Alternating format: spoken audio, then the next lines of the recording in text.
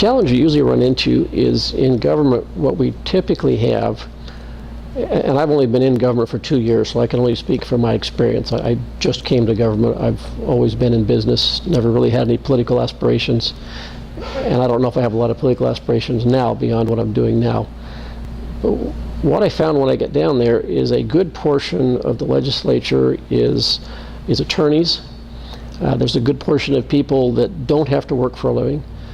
They either inherited a good lifestyle or have enough of an inherited lifestyle that they can really do what they want. There's people down there that have wealth for whatever reason, but it wasn't necessarily earned wealth. There's people down there who find $24,000 to be a good income. And I'm not criticizing any of my colleagues. They're all good people on both sides of the aisle. I have many good friends, and I respect all of them. What we have a shortage of is business people. And I don't know, I spoke at the chamber a while back, and I don't know if any of you were there when I talked about that, but this was probably 6 months ago. And I'd encourage the members that were there when I spoke to encourage employees to run for office, encourage friends to run for office. And they don't need to make it a career. We don't need people to come down there and spend 8 years in the House and 8 in the Senate and whatever else. What we need is business people right now that understand money, people that have looked at a P&L, people that have analyzed a balance sheet, people that understand budgeting and money and earning money and spending money. Basic business people, and I don't necessarily mean MBAs.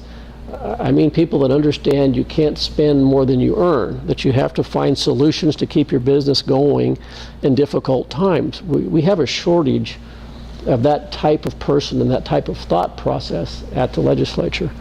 There's a group, and I call them the Napolitano group, where they have the thought process of when the economy slows down, government spending should not slow down. If anything, it should increase as the economy slows down. And I understand the reasoning, I just don't agree with it, but the reasoning is that government services are needed more when the economy slows down than they are when the economy is good.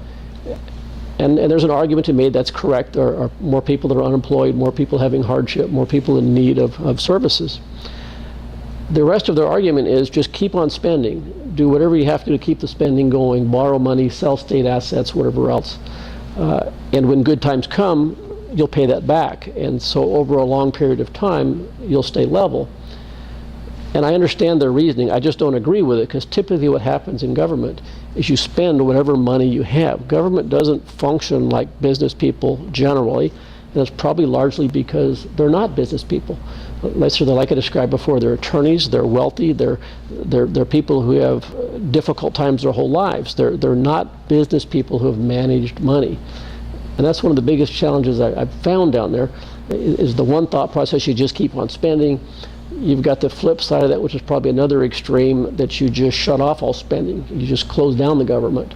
And there's two very strong extremes. I would really like to see more business people there that understand managing a budget, that understand managing money, that understand managing services at all levels. Because if you look at a business, a successful business, and it doesn't matter if it's a two-person landscape business or if it's IBM, they run the same. Someone or some board manages the income and the expenses, and they balance those two sides.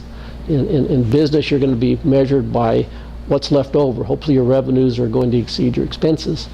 In government, we frequently measure the success of government by how many people we are able to help. If you look at healthcare or unemployment, we'll say, hey, we took care of 100,000 people, whatever number, as though that's some sort of a benefit or a benchmark of quality. What we should be looking at is how few did we help? How do we help less? Not how do we help more? We shouldn't be excited that we've got $1.3 million on healthcare assistance.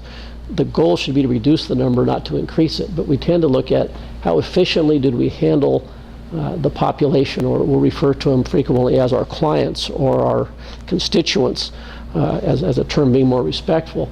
The goal shouldn't be to help more and more of these clients or constituents. It should be to remove them from the government rolls. Business focuses on having revenues greater than expenses, which is a profit. That's a noble goal. But to have your goal be to more efficiently help more people who aren't making it on their own, that's the wrong direction to go. We're just off track in that regard.